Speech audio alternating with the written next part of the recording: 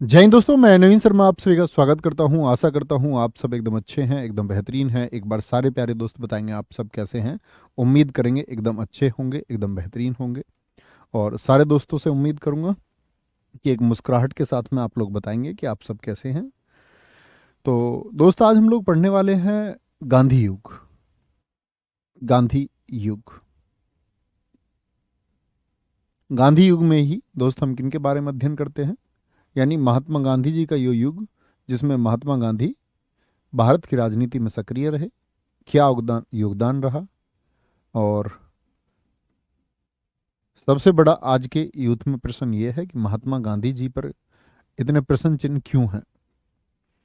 जो नया वर्ग हमारे देश में आज चला, सोशल मीडिया समझे या किसी भी प्रकार से, तो आपने देखा होगा कि नया यूथ गांधी जी के एकदम खिलाफ सा हो गया। ये महसूस करते हैं आप या नहीं? तो दोस्त, इस चीज़ के लिए मुझे आपके 2 दिन चाहिए होंगे, यानी आज कल और शायद परसों तक भी, क्योंकि ये भारतीय इतिहास का एक बड़ा टॉपिक है। और 3 दिन हम इसके बारे में डिस्कस करेंगे। आज के दिन में मैं गांधी जी की पृष्ठभूमि के बारे में आपको बताऊंगा, और साथ ही हम मतलब धीरे धीरे धीरे धीरे करके कल तक हम समझ जाएंगे गांधी जी ने इस देश में क्या किया, क्यों राष्ट्रपिता हैं, क्या उनकी कमियां रहीं, क्या कुछ और होना चाहिए था। आज इतना भर होने के बाद भी अगर गांधी जी सच में गलत हैं तो उन पर फिर खुले आम से या बोले खुले तौर पर उनका विरोध क्यों नहीं होता है। क्यों सारी पॉलिटिकल पार्टीज राजघाट जाती ही हैं, क्यों सब लोग श्रद्धांजलि अर्पित करते ही हैं, क्यों इतने देशों ने, लगभग 150 देशों ने उनके नाम के डाक टिकट जारी किए, क्यों इतने देशों में सम्मान प्राप्त है। ठीक है। गांधी जी और भगत सिंह की वो कहानी कि भगत सिंह को गांधी जी बचा सकते थे, इन सब चीज़ों के बारे में हम धीरे धीरे जानेंगे। और आप लोगों को कोई राय अपनी बनानी नहीं है, अभी पहले पहले जान लेंगे। जो पहले से जानते होंगे अच्छी बात है, जिनको क्लियर विजन होगा। लेकिन ये है कि मतलब ऐसा नहीं होना चाहिए कि आप बेवजह की एक विचारधारा को लेके चल रहे हो। ठीक है। तो ये सारे प्रश्नों के जो भी उत्तर हैं ये अगले 2 दिन में आपको मिल जाएंगे कि भगत सिंह जी को बचा सकते थे या नहीं बचा सकते थे। और भगत सिंह जी को पढ़ते पढ़ते इतना आप जान जाएंगे, और गांधी जी के बारे में भी तो एक बार थम्स अप कर देंगे कि अगले 2 दिन हम बहुत ध्यान से सुनेंगे। और 2 दिन के बाद ही कोई विचारधारा हम विकसित करेंगे अपनी, या कोई भी थॉट प्रोसेस में अपनी चीज़ें लेकर के आएंगे कि हाँ ये है। चुनाव आप ही करेंगे। मैं कोई ऐसी चीज़ आपसे नहीं कहूँगा कि मैं आपके ऊपर उसको थोप दूँ कि भैया ये मानना है तुमको, मानना तुमको अपने आप से है। हम मैं आपको फैक्चुअल चीज़ें और जो सत्य है वो आप लोगों के सामने पुट करेंगे। ओके। तो गांधी युग की अगर हम बात करते हैं दोस्त, ध्यान से देखना। गांधी युग की अगर हम बात करेंगे आपका, उससे पहले हम लोग अध्ययन करते हैं गांधी युग से पहले का। कल हम लोग बात कर रहे थे आपका किसके बारे में, बंगाल विभाजन के बारे में। मैंने बताया मुस्लिम लीग बना, मुस्लिम लीग ने बंगाल का विरोध नहीं किया। मुस्लिम लीग 1906 में बना। इसके फाउंडर कौन थे? सलीमुल्लाह खान थे। 30 दिसंबर 1906 को ढाका में इसकी स्थापना हुई। ठीक है। दरअसल में अंग्रेज समर्थित एक ग्रुप था। उन्होंने कहा कि भाई मान के चलो कि हम अंग्रेज भारत से चले जाएंगे, और भारत में जो हिंदू बाहुल्य क्षेत्र है, हिंदू हैं तो ये लोग तो अपने हितों की बात करेंगे, फिर तुम्हारा क्या होगा। तो ऐसे करके उन्होंने पुश किया उनको। ओके। पहले अध्यक्ष कौन बने मुस्लिम लीग के? कॉमन चीजें हैं, मुश्ताक हुसैन। ये सब चीजें फिर से आएंगी। ओके, हम फिर से पढ़ेंगे। वायसराय इस समय था मिंटो। ये बात मैं आपको बता चुका था। बंगाल विभाजन का विरोध हुआ, क्योंकि मैंने आपको बताया कि लोगों ने हर तरीके से विरोध किया, विदेशी वस्तुओं का बहिष्कार हुआ। लेकिन बंगाल विभाजन रद्द होने के पीछे कारण था भारत के गर्म दल का एक्टिव हो जाना। आपने देखा होगा इस दौरान बहुत सारे हत्याकांड हुए, और हत्याकांड ऐसे हुए कि अंग्रेज अधिकारियों को निशाना बनाया गया। भारत के नौजवानों ने अपने हाथ में पिस्तौल ले ली, और बहुत सारी योजनाएं ऐसी होने लगी कि जिसमें ब्रिटिश अधिकारियों की हत्या की प्लानिंग होती थी, ब्रिटिश अधिकारियों को मार दिया जाता। जगह जगह जब हत्याकांड हुए तो ब्रिटिश सरकार इस बात से घबराई, और ब्रिटिश सरकार जब इस बात से घबराती है तो उन्होंने सोचा कि भाई हमको इसको वापस ले लेना चाहिए। तो उन्होंने वापस उसको ले लिया। बंगाल विभाजन 1911 में रद्द किया गया। तीसरे दिल्ली दरबार में तीसरा दिल्ली दरबार लगा। आप मुझे बताएंगे तीसरा दिल्ली दरबार किस वर्ष लगा? देखो, लेटन के टाइम पर मैंने आपको बताया पहला दिल्ली दरबार लगा 1877। करजन के टाइम पर दूसरा दिल्ली दरबार लगा आपका 1903 में, 1903 में। ये पहला दरबार था। ठीक है। दरबार का मतलब यहाँ पर जो ब्रिटिश राजवंश के बच्चे थे ये आते थे। और तीसरा आपका थर्ड लगा किसके टाइम पर? आप बोलेंगे हार्डिंग सेकंड के टाइम पर। बहुत इंपॉर्टेंट डिसीजन इस टाइम लिए गए, हार्डिंग सेकंड के टाइम पर 1911 में। ये भारत आया और इसने इस हो रहे विरोध के लिए घोषणा की कि बंगाल विभाजन जो है इसको रद्द कर दिया जाता। दिसंबर 1911 की बात है। हार्डिंग द्वितीय के समय ये हुआ। 1911 में दिल्ली को राजधानी बनाने की घोषणा की गई। बात को समझना। मैं आपसे पूछूं अब तक भैया फिर राजधानी क्या थी? आप कहेंगे अब से पहले जो राजधानी थी वो कोलकाता हुआ करती थी। कलकत्ता देश की राजधानी थी। कलकत्ता से राजधानी बनाने की घोषणा अनाउंस किया दरबार में 1911 में। लेकिन ये पूछे बनी कब? घोषणा और बनी में अंतर है, ये आप जानते हैं। तो बनी 1912 में। लेकिन यहां पर अंतर एक और है, दिल्ली और नई दिल्ली। देखो 1911 में या 1912 में जब दिल्ली राजधानी बनी तो आप कहेंगे उस समय नई दिल्ली शहर जो है वो था नहीं। नई दिल्ली शहर जो था नहीं, तो नई दिल्ली को तो हमने बसाया है। दिल्ली और नई दिल्ली में अंतर है। दिल्ली के आप बोलेंगे कि इधर आपका मतलब दिल्ली में ही, दिल्ली वाले क्षेत्र में एक नई दिल्ली जगह को बसाया गया और उसको फिर कैपिटल बनाया गया। तो दोनों बातों में अंतर है। तो कितने वर्षों का अंतर है दोनों राजधानी बनने में? आप इसको एक बात नहीं समझेंगे। ये सारी घोषणाएं कब हुई हैं? ये थर्ड दिल्ली दरबार में हुई, तीसरे दिल्ली दरबार में हुई। हम इसको पढ़ेंगे भी। ओके, कोई दिक्कत कोई परेशानी इतनी बात में? चलो जी, अब आते गांधी युग जो शुरू हुआ। मुझे बताएं गांधी युग को हम किस वर्ष से शुरू करते हैं? शालिनी सिंह बच्चू, मैं एकदम ठीक हूं, बहुत बढ़िया। ठीक है, कोई बच्चा कमेंट नहीं करेगा। देखो तुम अपनी मस्ती में चूर रहते हो, मैं मानता हूं कि आप बातें नहीं सुनते हो, लेकिन मैं आपसे रिक्वेस्ट करूंगा कि अभी आपके समझने वाली चीजें होंगी, अगले 2-3 दिन आप ना के बराबर कमेंट करोगे और बस आराम से रख के सुनते रहोगे। ठीक है, जो नोट करना होगा उसके नोट्स आप बना सकते हैं। तो ये एक प्रॉमिस आप कर दो कि भैया नहीं करेंगे। ठीक है, उसके बाद फिर हम अलाइव हो जाएंगे, फिर से कमेंट सेक्शन में एक्टिव हो जाएंगे। ठीक है, गांधी युग के पहले की बात है, एक अनुशीलन समिति थी। ये छोटा सा कॉमन चीज है, परीक्षा के लिए इंपॉर्टेंट नहीं है, बस जान लीजिए कि बंगाल विभाजन क्यों रद्द हुआ। अनुशीलन समिति 1902 में बनी थी। मिदनापुर एक शाखा है बंगाल, ढाका, कलकत्ता में। ये 3 लोग हैं जो इसको लीड करते थे।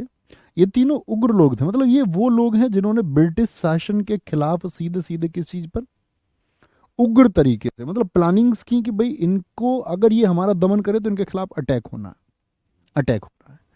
इसी के सदस्य थे अनुशीलन समिति के वारेंद्र कुमार घोष, भूपेंद्र नाथ दत्त, मैंने बताया ये नरेंद्र नाथ दत्त यानी कि स्वामी विवेकानंद जी के भाई हैं, अवनिंद्र भट्टाचार्य, ये सब सदस्य रहे। इन तीनों ने एक मैगजीन भी निकाली, युगांतर पत्रिका, जिसमें ये युवाओं को जोड़ने का एक मुहिम चलाते थे, लेख लिखते थे कि भाई लोगों को जुड़ना चाहिए, इन युवाओं को राष्ट्रीय आंदोलन से जुड़ना चाहिए। ठीक है, और राष्ट्रीय आंदोलन से युवाएं यदि जुड़ जाएंगे राष्ट्रीय आंदोलन से तो ये बहुत जरूरी होगा, क्योंकि अगर सब लोग एक्टिव नहीं होंगे इस आंदोलन में तो फिर कैसे बात बनेगी। ठीक है, 1908 में किंग्सफोर्ड पर बम मामला हुआ। इन्हीं संगठनों से जुड़े व्यक्ति थे। मुजफ्फरनगर में एक सेशन बनाकर भेजा गया था, सेशन जज। कौन जी? किंग्सफोर्ड। अब किंग्सफोर्ड पर जो बम क्यों फेंका गया? किंग्सफोर्ड एक ऐसा जज था जो कहां पर था आपका? बिहार, मुजफ्फरपुर बोले तो बिहार में।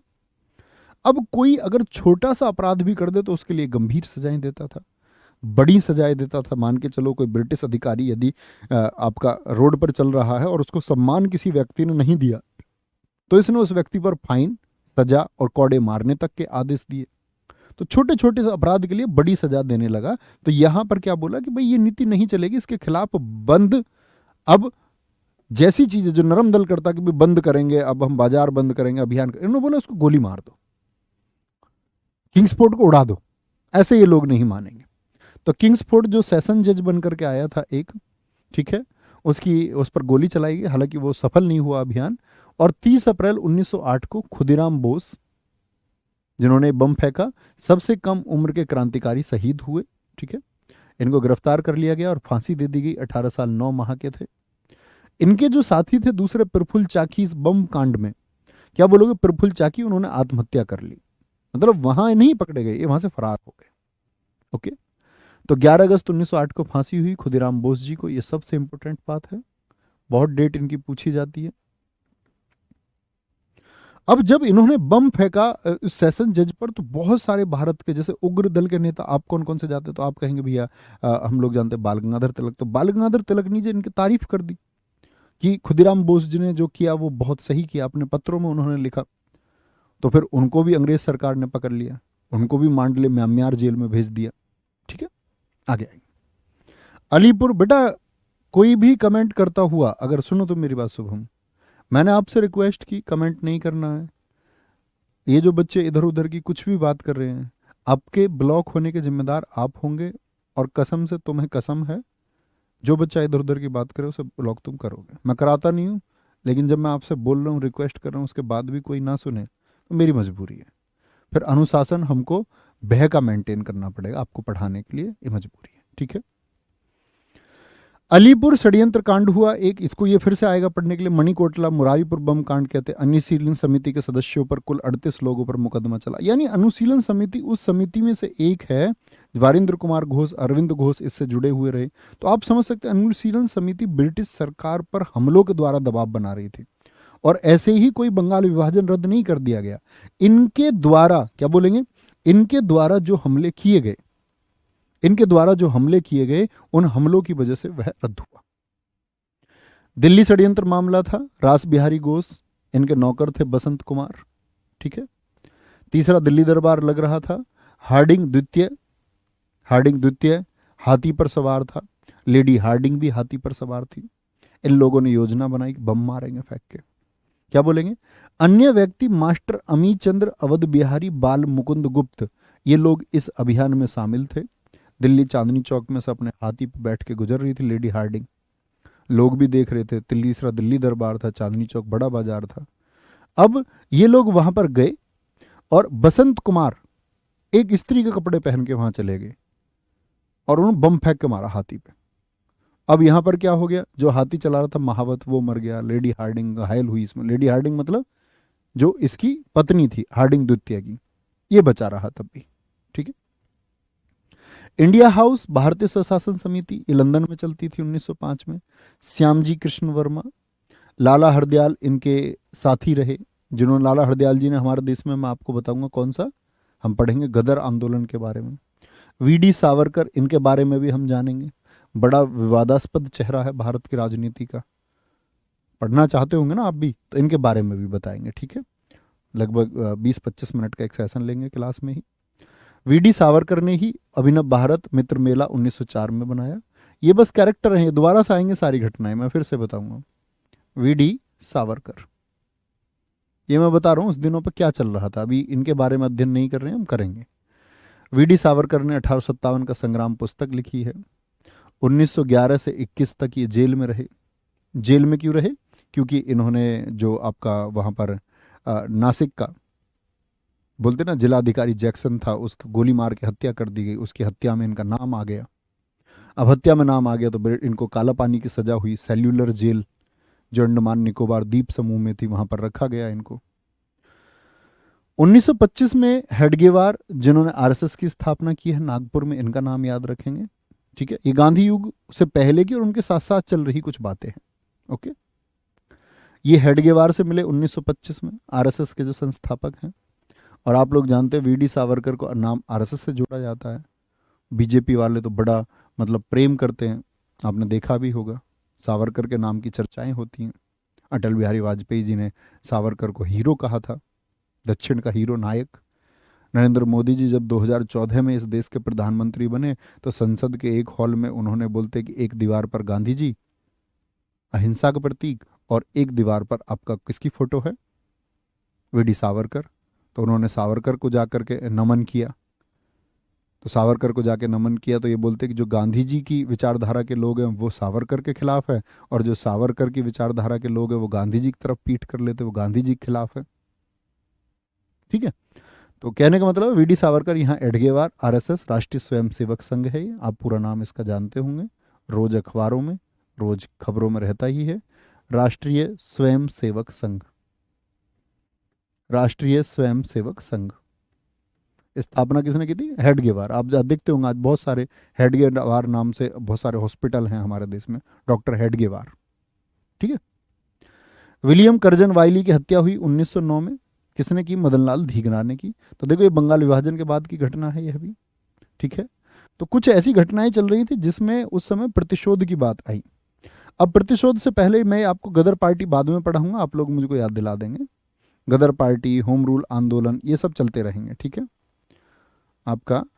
और इसके बाद में हम आपका क्या, पिछली पीडीएफ कहाँ गई, हम लोग यहाँ से पढ़ना शुरू करेंगे और फिर बैक में चलेंगे, ठीक है, फिर बैक में चलेंगे।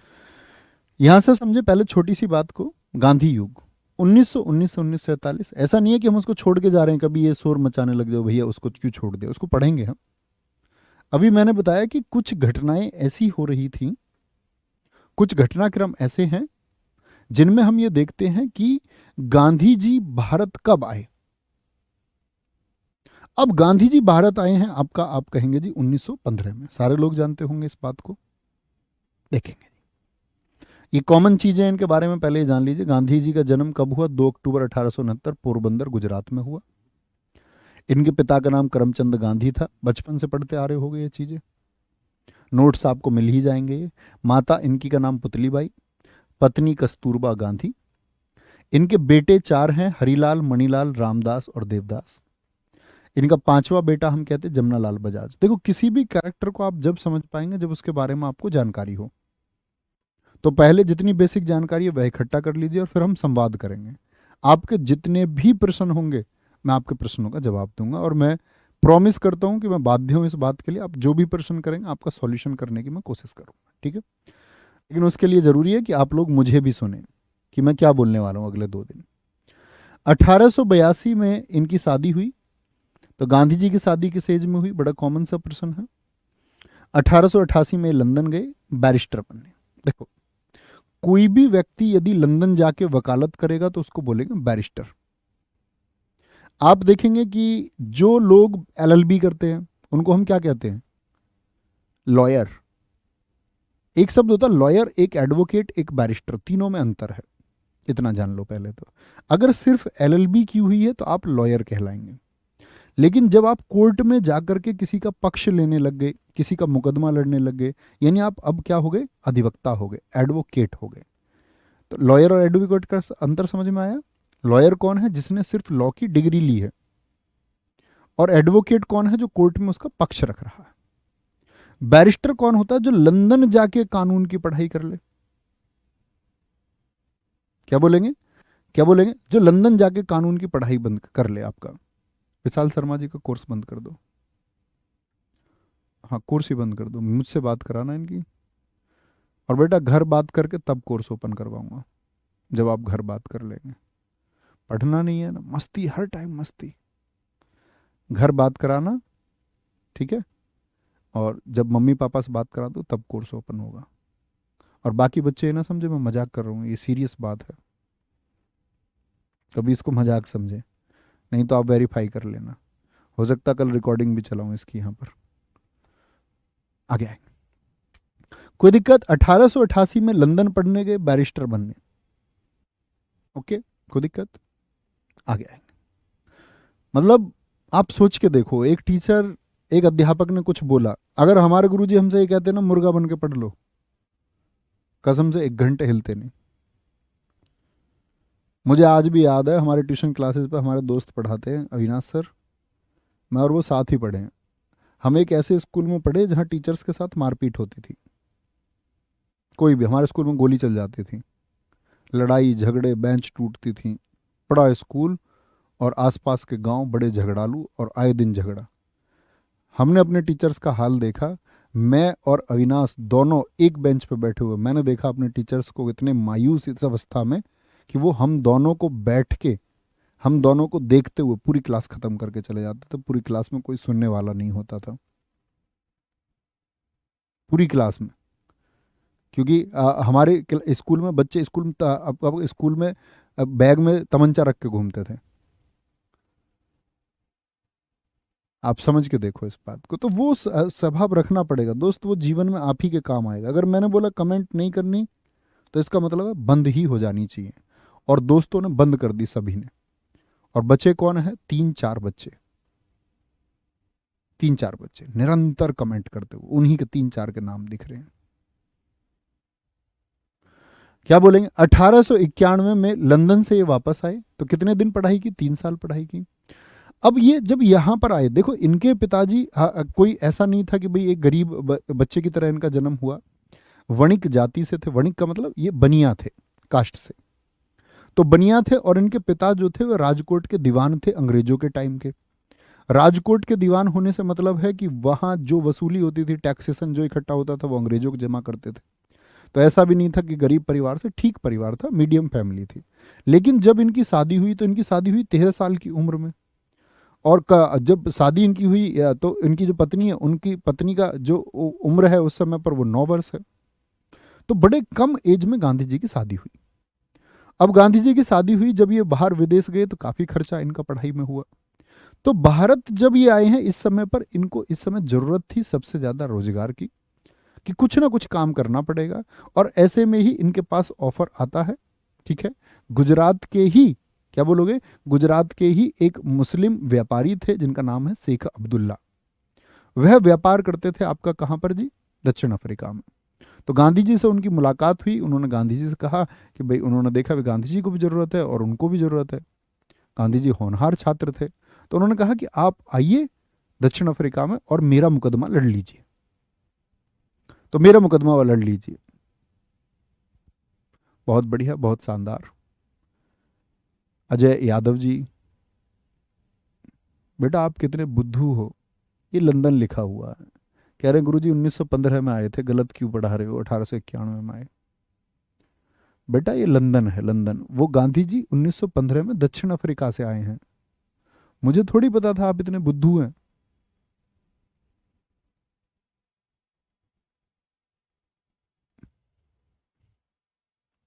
चलो आपकी मर्जी है, कमेंट सेक्शन डाउन कर दो, आपकी मर्जी है, आप कमेंट करें, कुछ ना करें ना करें।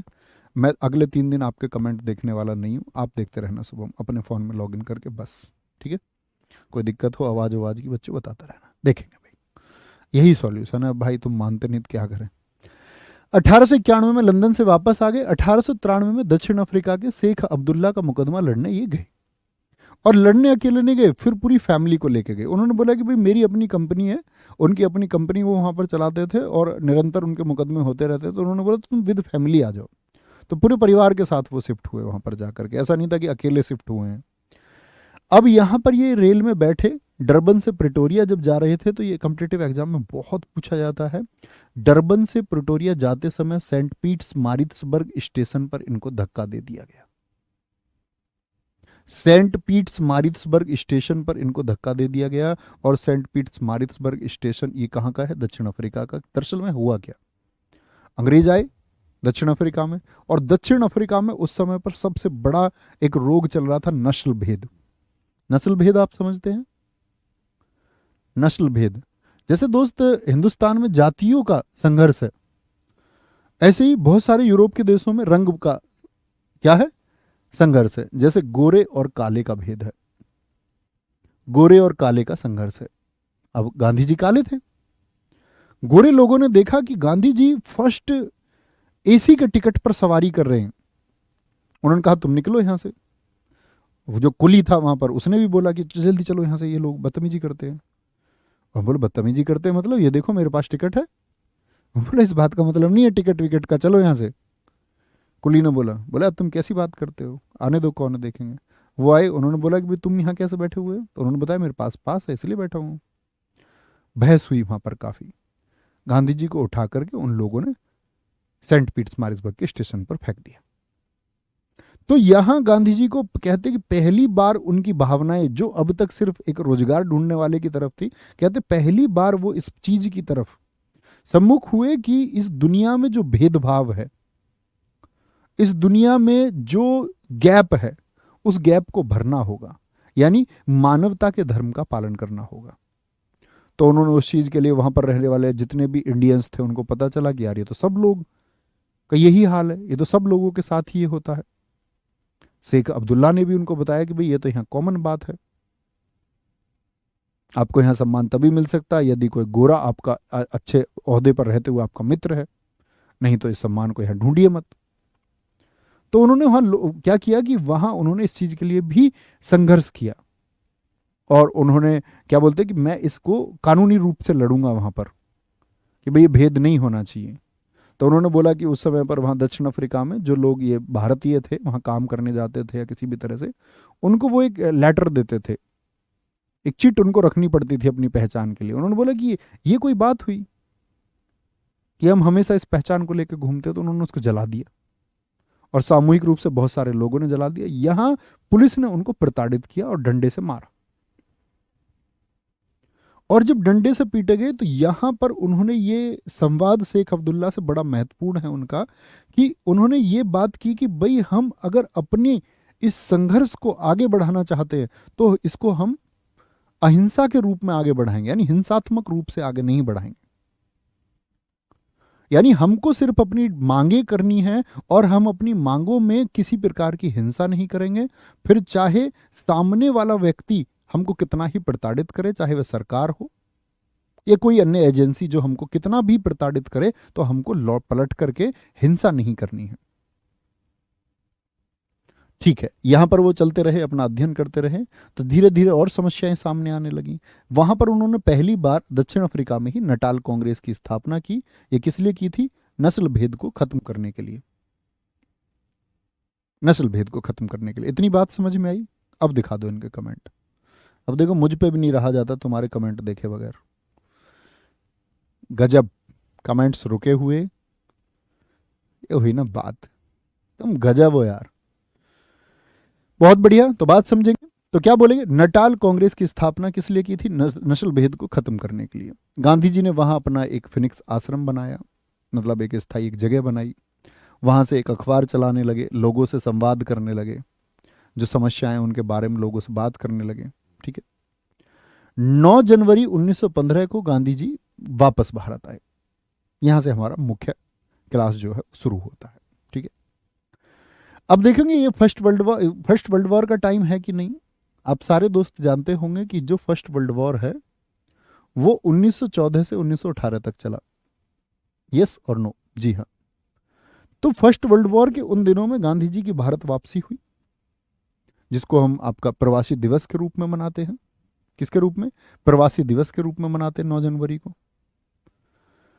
अब यहां आकर के इन्होंने देश की स्थिति देखी, संघर्ष ये कर चुके थे, कॉमन आदमी ये रहे नहीं इस समय तक। कभी आप इनको समझे कि इस समय तक भी साधारण आदमी थे। तो भारत के प्रमुख राजनीतिक लोग इनको जान चुके थे कि गांधी जी या एक भारतीय ऐसे हैं जो दक्षिण अफ्रीका में नस्ल भेद के खिलाफ एक लड़ाई लड़ रहे हैं, और अहिंसात्मक रूप से लड़ रहे हैं, लोगों को भड़काकर नहीं लड़ रहे हैं, शांतिपूर्ण निवेदन के साथ में अपनी मांग आगे बढ़ते हुए और उस चीज पर अड़े हुए निरंतर मांग कर रहे हैं। तो गांधी जी का थोड़ा थोड़ा सम्मान यहां देश में भी था, और बहुत सारे राजनीतिक लोग इनके संपर्क में थे। अब जब ये आए 1915 में, तो यहां पर आपका जो कांग्रेस के लोग थे, लीडर्स थे, उनसे इन्होंने मिलना शुरू किया। तो इनकी मुलाकात ही गोपाल कृष्ण गोखले से हुई।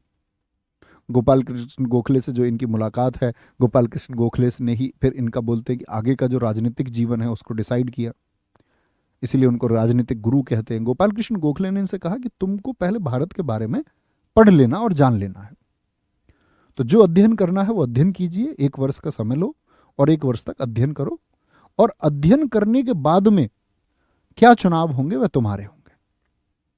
और उन्होंने फॉलो किया, जो बात उनसे उनके गुरु ने की वो बात उन्होंने फॉलो कर ली। तो फॉलो की, तो प्रथम विश्व युद्ध में जब ये आए तो यहां पर आकर के इन्होंने, क्योंकि फर्स्ट वर्ल्ड वॉर में जो अंग्रेज हैं, हम अंग्रेज उस समय तक उपनिवेश थे, हम अंग्रेजों का गुलाम मत बोला करो, उपनिवेश बोलना है। हम भारत का क्या बोलो, हम भारत अंग्रेजों का उपनिवेश थे। तो उनको जरूरत थी सेना की, तो सेना के लिए उन्होंने क्या किया कि भाई हम लोगों पर वो प्रेशराइज करते थे बहुत तरीके से कि भाई या लालच देते थे। उन्होंने कहा कि भाई हम तुम्हारी सारी मांगे मान लेंगे। और भारतीय नेताओं को भी ये था कि भाई ब्रिटिश सरकार को यदि अपनी बातें सच में पूरी करनी हुई और हमने इनकी मदद ना की तो हमारा सपना अधूरा रह जाएगा। तो भारत के नेता भी बोलते थे हमारे लोगों से कि भाई इनका साथ दो, फर्स्ट वर्ल्ड वॉर में सैनिक बन के इनके लिए लड़ो, इनके साथ इस संघर्ष में रहो। तो गांधी जी ने भी यहां करके लोगों से वह आह्वान किया, और इसीलिए इनको, गांधी जी को, जो लोग ब्रिटिश सरकार के खिलाफ थे, जो गरम दल वाले लोग थे, उन्होंने गांधी जी को कहा भर्ती कराने वाला सार्जेंट, यानी भर्ती कराने वाला एक अंग्रेज अधिकारी। सार्जेंट अंग्रेज अधिकारी को कहते थे। उन्होंने बोला बताओ, एक आदमी और देश में आ गया जो अंग्रेजों के लिए बात कर रहा है। लेकिन पीछे छिपी हुई मांग क्या थी कि ये जिस तरह से ब्रिटेन के उपनिवेश अन्य देशों में भी, आयरलैंड भी है, न्यूजीलैंड भी है, वहां पर, या बोले साउथ अफ्रीका भी है, वहां पर जो अधिकार मिले हुए हैं उन देशों को, ऐसे ही अधिकार हमारे देश को भी मिले। ठीक है। तो गांधी जी को अंग्रेज सरकार के लिए तो खुशी की बात थी, केसर ए हिंद की उपाधि दी गई। किस लिए दी गई है? क्योंकि फर्स्ट वर्ल्ड वॉर में इन्होंने सैनिकों को क्या किया है? भर्ती कराने के लिए कह दिया। गांधी जी के राजनीतिक गुरु गोपाल कृष्ण गोखले, गांधी जी के आध्यात्मिक गुरु रायचंद्र हैं, जो इससे इनसे उम्र में 2 ही वर्ष बड़े हैं। आप कभी इनकी पुस्तक पढ़ेंगे, माई एक्सपेरिमेंट विद ट्रुथ, सत्य के साथ मेरे प्रयोग, जो गांधी जी ने लिखी है, उसका ट्रांसलेशन गांधी जी के सचिव हैं महादेव देसाई, उन्होंने किया है। तो उस पुस्तक में आप ये पाएंगे कि ये इनका जन्म भी कहां पर हुआ है? पोरबंदर में ही हुआ है। तो गांधी जी को जो आध्यात्मिक ज्ञान हुआ, आध्यात्मिक ज्ञान से मतलब आत्मा या अन्य विषयों पर, मैंने आपको बताया अध्यात्म क्या होता है, उसका जानकारी इनको किससे मिलता है? रायचंद्र से मिलता है। ठीक है, कोई दिक्कत? ये तो कॉमन बात हुई। अब गांधी जी जब अध्ययन कर रहे थे तो गांधी जी दोस्त 3 कैरेक्टर से बहुत प्रभावित हैं। कॉम्पिटिटिव एग्जाम में एक क्वेश्चन पूछा जाता, गांधी जी किसकी विचारधारा से प्रभावित नहीं थे? तो इन 3 के अलावा चौथा विकल्प एक हमेशा देता है, अलग देता है। तो भूख हड़ताल की जो प्रेरणा इन्होंने ली है वो किससे ली है? रस्किन से। रस्किन, ब्रिटेन, पुस्तक अनटू द लास्ट, ये गांधी जी की फेवरेट बुक है एक। भूख हड़ताल की, भूखे रहकर भी हम अगर सख्ती में हैं तो अपनी मांग मनवा सकते हैं। आंदोलन की प्रेरणा इन्होंने ली लियो टॉल्स्टॉय, जो रूस के एक लेखक है। लियो टॉल्स्टॉय अपने आप में पढ़ने वाले व्यक्ति हैं, आप पढ़ेंगे तो दीवाने हो जाएंगे। और लियो टॉल्स्टॉय का जीवन आप देखोगे, एक भ्रष्ट जीवन है, शुरुआती जीवन। वो नंबर 1 के ड्रंकर्ड हैं, बहुत बड़े शराबी, बहुत नशेड़ी किस्म के व्यक्ति थे। लेकिन कहते कि उन्होंने अपना जीवन इस तरह से परिवर्तित किया और वो दुनिया के लिए एक संदेश बने कि आप जब चाहें अपने खराब जीवन को अच्छे जीवन में तब्दील कर सकते हैं, और इस दुनिया के बड़े लेखकों में शुमार हुए। लियो टॉल्स्टॉय, गांधी जी और इनका एक पत्राचार भी आपस में होता था, संवाद, एक दूसरे को चिट्ठियां भी ये लिखते थे। तो लियो टॉल्स्टॉय जिनकी पुस्तकें हैं वॉर एंड पीस और अन्ना कैरेनिना है। और तीसरे व्यक्ति है थोरो, याद रख लेंगे, ये एक अमेरिकी विचारक है, अमेरिकी विचारक। और जो थोरो हैं, इनसे गांधी जी ने जो प्रेरणा ली है वो प्रेरणा ली है आपकी सविनय अवज्ञा की। सविनय अवज्ञा की सीख। तो भूख हड़ताल समझ में आती है, आपका आंदोलन समझ में आता है, सत्याग्रह शब्द होता है सत्य के लिए आग्रह, सत्य के लिए कोशिश करना। सविनय अवज्ञा पर थोरो के विचार क्या हैं? थोरो दोस्त इतने महान विचारक हुए, उन्होंने कहा कि किसी भी प्रकार का अत्याचार यदि होता हो, चाहे आपके घर में है या आपके घर के बाहर है, आपको उस अत्याचार के खिलाफ कदम बढ़ाने ही चाहिए। आपको उस अत्याचार को बिल्कुल नहीं सहना चाहिए, और उस अत्याचार के खिलाफ आपको संगठित होके ये प्रयास करना चाहिए कि अगर संगठित नहीं है तो एकल लड़िए। और मूक रहने से, वही इनका कथन है कि आप किसी अत्याचार के खिलाफ मूक हैं, यदि चुप हैं, तो इसका मतलब आप उस अत्याचार में शामिल हैं। तो आपको उसका विरोध करना होगा अत्याचार का, तभी जो विरोध यदि हो तभी उस अत्याचार के कम होने की संभावनाएं होती हैं। नहीं तो मान के चलिए दोस्त, आपको एक बात समझनी होगी, जर्नल चीज आप भी जानते होंगे कि दुनिया में अगर अत्याचार हो रहा है और उसका कोई विरोध ना हो, जैसे कानून है उसका विरोध करने के लिए, या खुद आपका पर्सनल कोई व्यक्ति खुद अपना मतलब एकल व्यक्ति उसका विरोध करता, विरोध ना हो तो क्या अत्याचार रुकेगा? आप कहेंगे जी नहीं, अत्याचार के फिर रुकने का मतलब ही नहीं बनता। तो उन्होंने बोला लेकिन जब आप अत्याचार को रोकना चाहते हैं और उसमें आप खुद हथियार उठा लेते हैं, या आप खुद ऐसे किसी मार्ग का, हिंसा के मार्ग का पालन करते हैं, तो वह अत्याचार रुकेगा या बढ़ेगा, या गुणज में बढ़ेगा? तो ये तो आप भी समझते हैं, अगर दोनों तरफ से हथियार उठे तो क्या बोलेंगे? ये हिटलर का कथन है कि हथियारों से शांति पैदा होती है, लेकिन एक्चुअल में नहीं होती, क्योंकि हिटलर से ज्यादा अशांति इस दुनिया में किसी ने नहीं फैलाई। तो आप क्या समझेंगे कि भैया हथियार के द्वारा शांति तो स्थापित नहीं हो सकती, इस बारे में विचार करना है। ओके, अब गांधी जी यहां पर आगे इन लोगों का अध्ययन कर रहे थे, तो एक जगह इन्होंने बनाई, कोचरब गुजरात में आए। लेकिन बाद में फिर अंबालाल साराभाई ने सलाह दी कि आप साबरमती आश्रम, जो साबरमती नदी के किनारे है गुजरात में, यहाँ पर अपना निवास बनाइए। और इस जगह के लिए जो पैसा दिया, उद्योगपति साराभाई ग्रुप, साराभाई इंडस्ट्रीज है, उसके मालिक थे अंबालाल साराभाई, गांधी जी के मित्र भी थे। इन्होंने भैया पैसा दिया, आश्रम बनाया, गांधी जी यहाँ पर रहने लगे। इतनी बात में कोई दिक्कत? ये तो आश्रम की बात हुई। 1916 में लखनऊ अधिवेशन हुआ था, आप जो जानते हैं, जब कांग्रेस का एकीकरण हुआ। कौन अध्यक्ष थे 1916 के? तो आप अपने मस्तिष्क में लेके आएंगे, अंबिका चरण मजूमदार। गांधी जी ने भी यहां पर भाग लिया। यहां पर गांधी जी से दो व्यक्ति मिले, एक राजकुमार शुक्ल। राजकुमार शुक्ल को भेजा था पीर मोहम्मद यूनुस ने। पीर मोहम्मद यूनुस, जिनको हम चंपारण का हीरो कहते हैं। चंपारण का हीरो क्यों? क्योंकि बिहार चंपारण में दोस्त बहुत सारे आंदोलन इन्होंने किए। 1935 का भारत शासन अधिनियम यदि आपने पॉलिटी में पढ़ा हो तो आपने देखा होगा कि स्वतंत्र सरकार सबसे पहले बिहार में बनी, चुनाव सबसे पहले बिहार में हुए। 1937 में बिहार के प्रधानमंत्री यही नियुक्त हुए थे, जिनको कई बार तो ये कहा जाता है कि नेहरू जी ये तो संपूर्ण रूप से हुए, लेकिन पूरे भारत में बनने वाला पहला प्रधानमंत्री पद का व्यक्ति कौन है? क्योंकि ब्रिटिश जो भारत शासन अधिनियम था उसमें वह पद दिया गया, जो आज के मुख्यमंत्री के जैसा था। तो चंपारण का इन्होंने भेजा किसको? राजकुमार शुक्ल को, क्योंकि ये जानते थे गांधी जी के बारे में कि गांधी जी बहुत प्रभावशाली व्यक्ति हैं, और यदि वो किसी मुद्दे पर ये प्रण कर लेंगे कि उनको ये डील करना, ये सॉल्यूशन करना, तो उसका सॉल्यूशन वो निकाल लेंगे। उतनी संकल्प शक्ति उनकी है। तो इन्होंने भेजा राजकुमार शुक्ल को। राजकुमार शुक्ल आए गांधी जी के पास में, तो गांधी जी ने पहले तो उनसे कई बार मिलने से मना कर दिया। ठीक है, मतलब उस समय गांधी जी की लोकप्रियता थोड़ी थोड़ी बढ़ने के कगार पर थी। लेकिन ये इनके पीछे पीछे हर जगह रहे जहां गांधी जी जाते। और गांधी जी का क्या काम था कि गांधी जी ने एक संकल्प लिया था, वो गांव गांव जाते, उनके साथ कुछ लोग रहते, और गांधी जी गांव गांव जाकर के स्वच्छता कार्यक्रम चलाते थे देश में, कि उस गांव में झाड़ू लगाते, सफाई करते उस गांव की।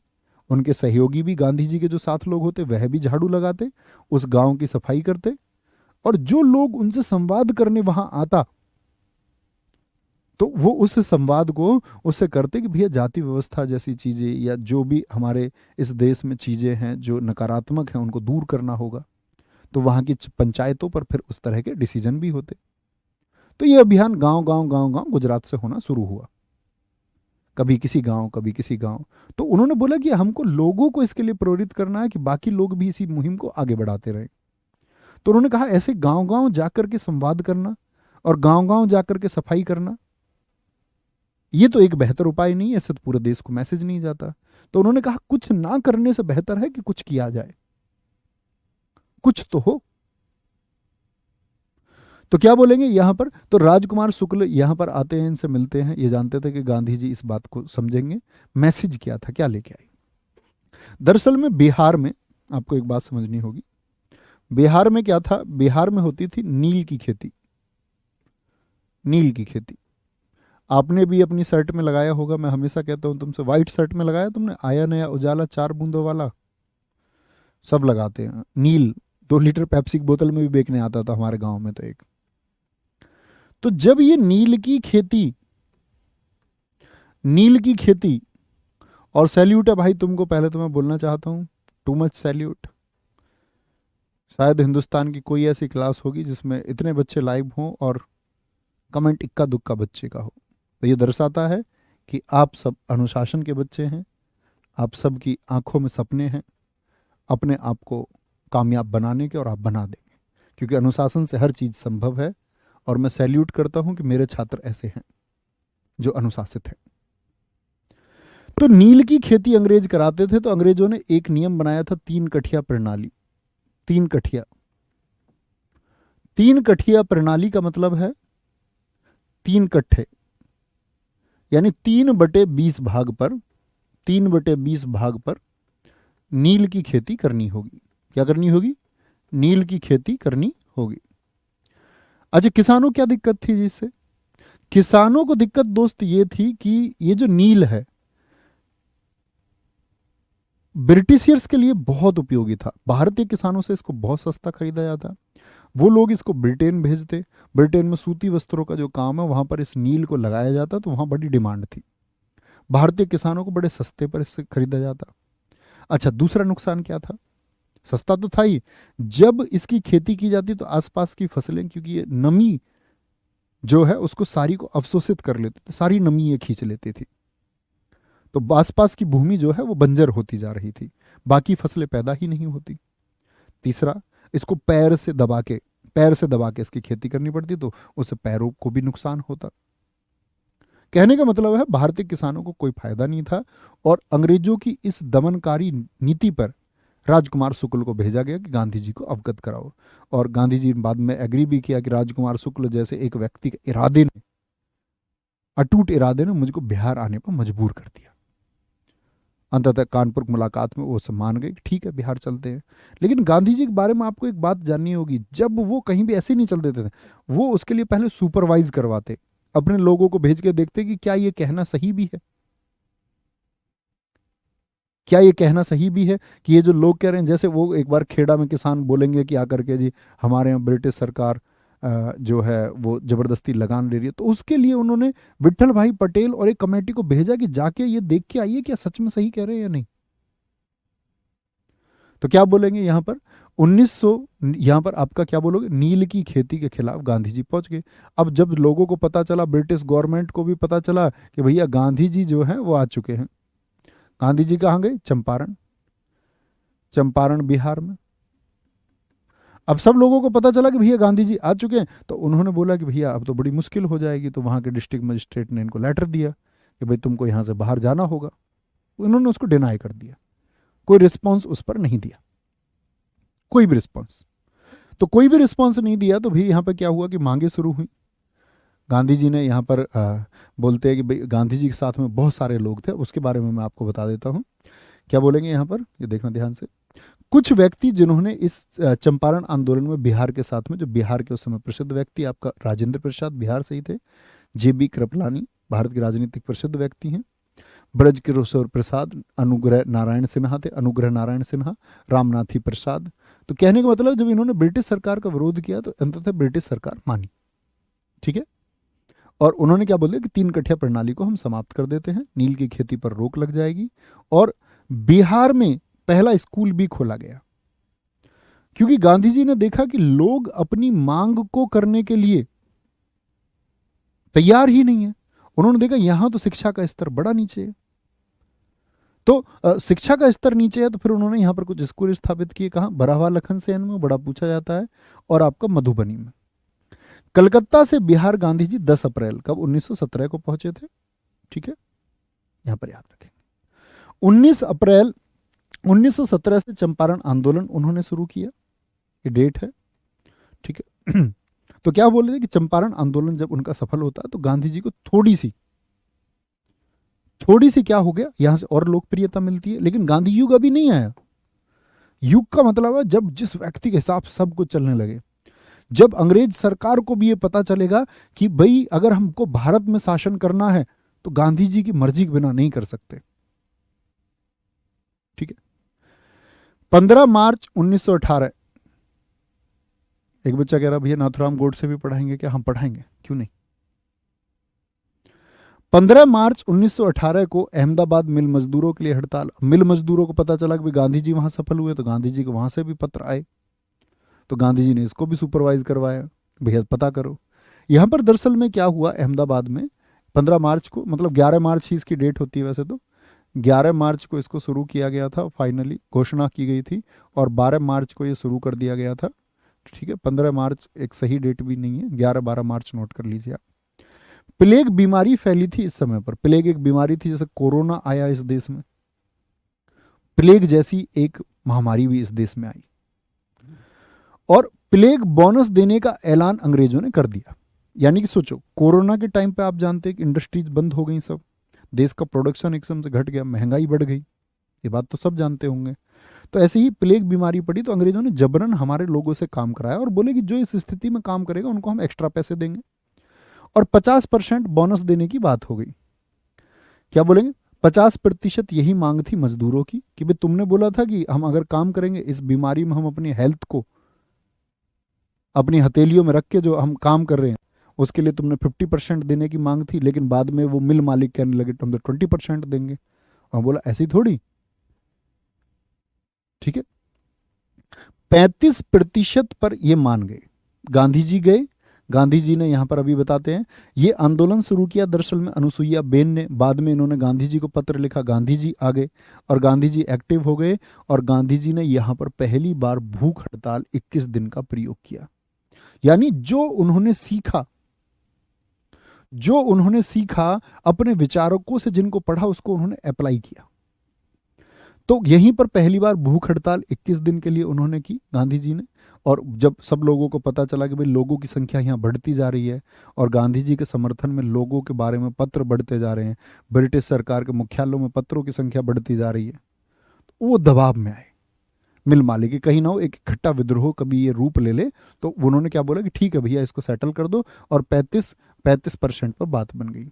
यहीं पर गांधी जी ने ट्रस्टीशिप का सिद्धांत दिया। ये बड़ा इंपॉर्टेंट है, ट्रस्टीशिप का सिद्धांत। अब देखो ये ट्रस्टीशिप का सिद्धांत क्या है, कई बार आपसे पूछेगा। 1918 में Ahmedabad textile labour association, Ahmedabad textile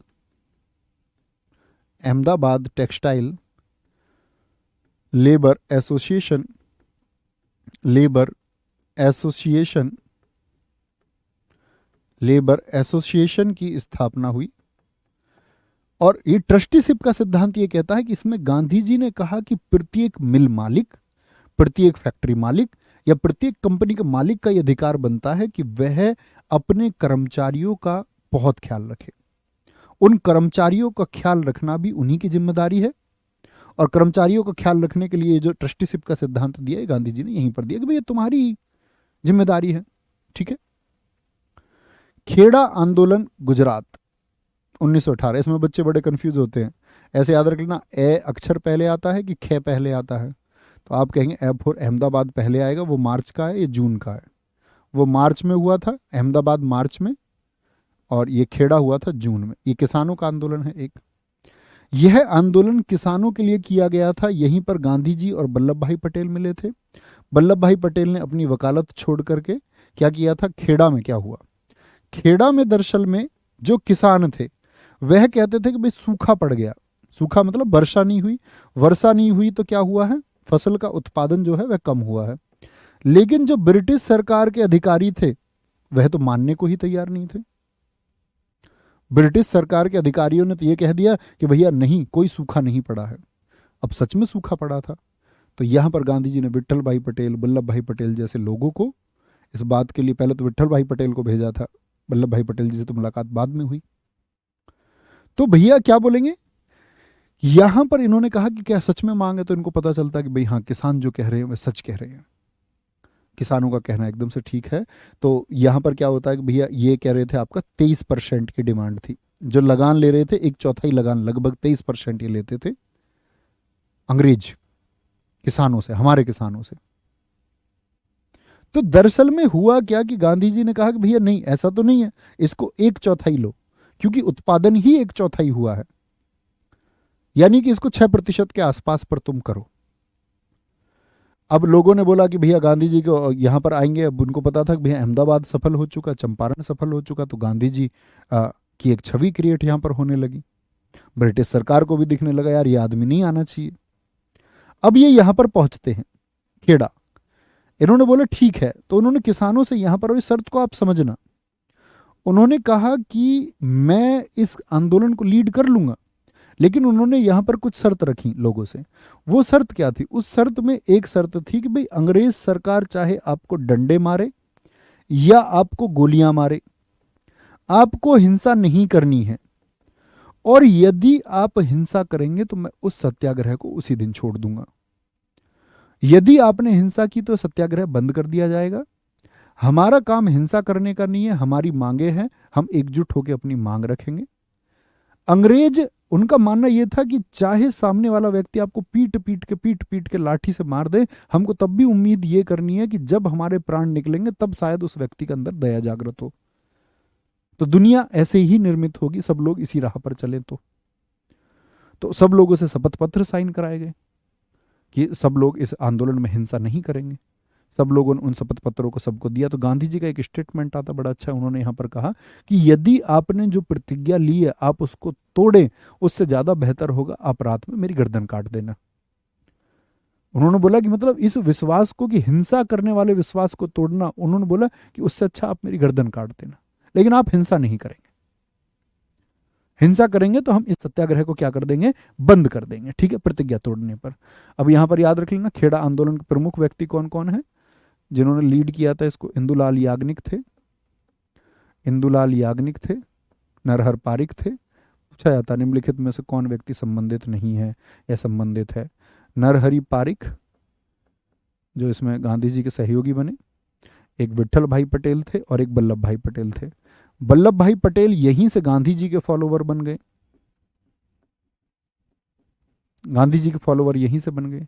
आपको पता है इस देश के पहले प्रधानमंत्री वल्लभ भाई पटेल जी होते, लेकिन गांधी जी ने कहा नहीं वल्लभ भाई पटेल तुमको देश का प्रधानमंत्री नहीं होना है, क्योंकि उनकी उम्र ज्यादा हो चुकी थी वल्लभ भाई पटेल की।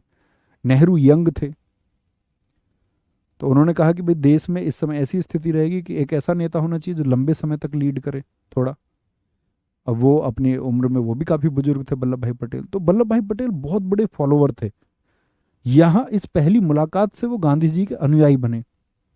वल्लभ भाई पटेल तो आप जानते हैं कितने आदर्शवादी आदमी हैं, तो उन्होंने गांधी जी के मार्ग को यहाँ पर अपनाया। और गांधी जी, ऐसा नहीं है कि गांधी जी के मार्ग को उन्होंने अपनाया तो वो उसी तरह के व्यक्ति हो गए। उनके बारे में मैं आपको बताऊंगा जब हमारे देश में रियासतों को मिलाने की बात आई तो कैसे उन्होंने जबरदस्त तरीके से मिलाया, ठीक है। तो सूखा उत्पादन नहीं, भैया गांधी जी के लंगोट, लंगोट के बारे में पढ़ेंगे, कोई दिक्कत नहीं है, ठीक है, कोई दिक्कत कोई परेशानी यहाँ तक की बात में। तो खेड़ा आंदोलन क्या हुआ, आखिरकार सफल हुआ, ब्रिटिश सरकार 1/4 टैक्स लेने पर मान गई। फिर आता है रॉलेट एक्ट। अंग्रेज एक ऐसा कानून लेकर के आए कि जिसमें व्यक्ति को पुलिस गिरफ्तार करे और न्यायालय भी ना ले जाना पड़ जाए, कोर्ट भी ना ले जाना पड़ जाए, और वह जैसी सजा चाहे वैसी सजा दे दें उसको, बिना अपील, बिना वकील, बिना दलील। काला कानून देश में आ गया। ये क्यों आया, क्योंकि अब देश में विरोध बढ़ने लगा, लोग आंदोलन करने लगे अपनी हर मांग के लिए। वो जान गए कि ब्रिटिश सरकार को झुकाया जा सकता है, ब्रिटिश सरकार को जब चाहे तब झुकाया जा सकता। अब लोगों के अंदर मैसेज जाने लग गया, तो विरोध विरोध विरोध जगह धीरे धीरे धीरे धीरे बढ़ने लग गया। तो अंग्रेज सरकार उसी विरोध का दमन करने के लिए लेकर आई रॉलेट एक्ट, जिसको हम यहाँ कल से पढ़ेंगे। बस थोड़ा थोड़ा आप जानते रहिए, कल परसों तक आप सब कुछ चीज़ें क्रिस्टल क्लियर हो जाएंगी और मजा आएगा, ठीक है। तो ख्याल रखेंगे अपना बहुत सारा। जय हिंद, जय भारत। मिलते हैं कल। थैंक यू, नमस्ते।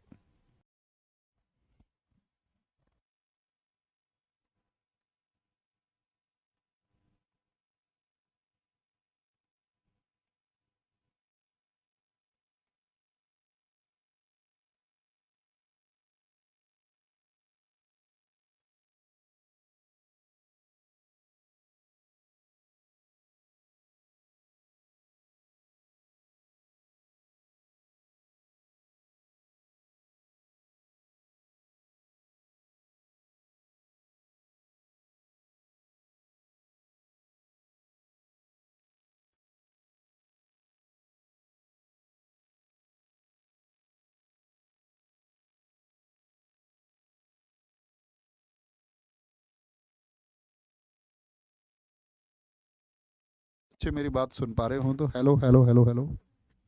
मैं ये कह रहा था कल दोपहर आप लोगों की किसी वजह से क्लास नहीं होगी तो हम लोग मंडे मिलेंगे। तो कुछ लोगों को शायद ये मैसेज चला जाएगा, बाकी क्लास शेड्यूल नहीं होगी तब चला जाएगा। ये मुझे बतानी थी क्लास में, मैं बताना भूल गया, सॉरी। तो कल क्लास नहीं होगी आपकी दोपहर 12 बजे, मंडे को मिलेंगे। Okay, thank you.